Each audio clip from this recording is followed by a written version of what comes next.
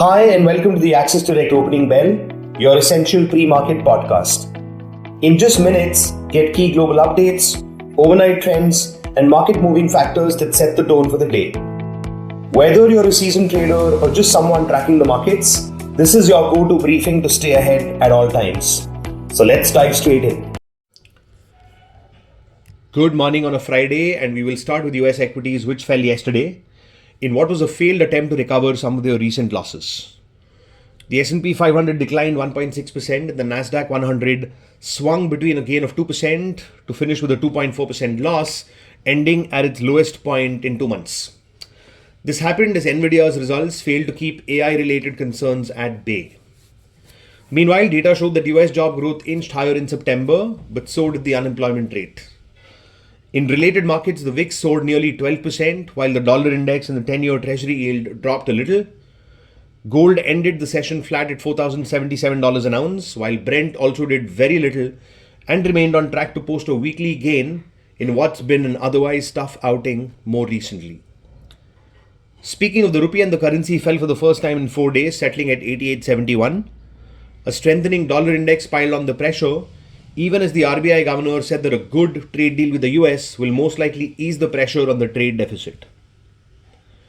Coming to domestic stock markets, and the Nifty rose 139 points to finish the day at 26,192, coming off its highs in the final hour of trading.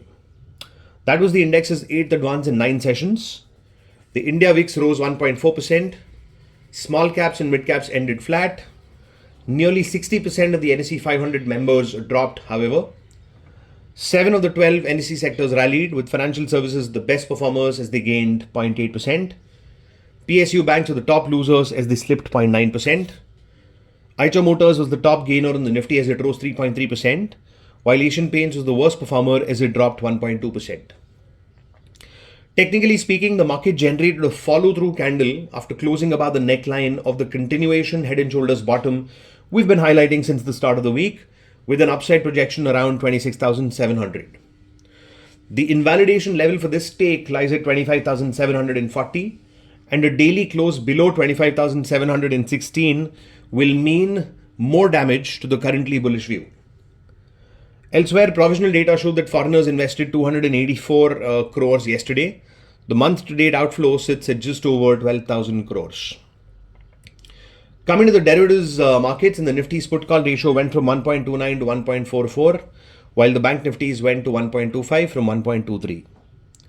Nifty puts added were significantly more than the call addition that was seen, and implied volatility rose by more than 150 basis points, which means that at least some investors bought downside hedges.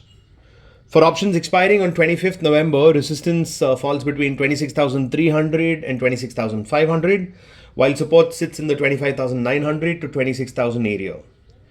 Elsewhere, 1% out of the money puts became cheaper than similar distance calls, and that means vol traders turned somewhat bullish.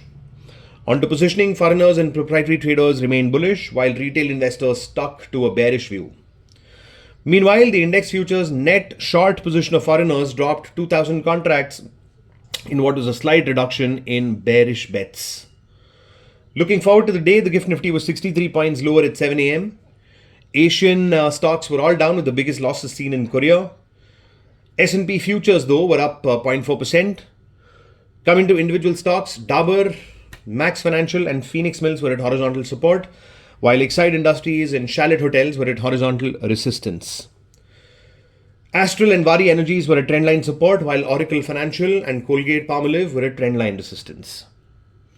Speaking breadth for the NSE 500 universe, 45% of stocks were above their 50 and 100-day averages, while 59% of them were trading above their 200-day averages.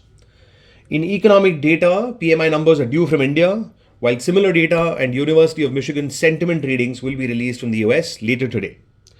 That is a wrap on the day's podcast. Please note that this podcast serves solely for informational purposes and should not be considered financial advice of any kind. For a comprehensive disclaimer, please visit our website. Thank you, and we will see you on Monday at the same time. Have a great day and a fantastic weekend. Investments in securities market are subject to market risks. Read all the related documents carefully before investing.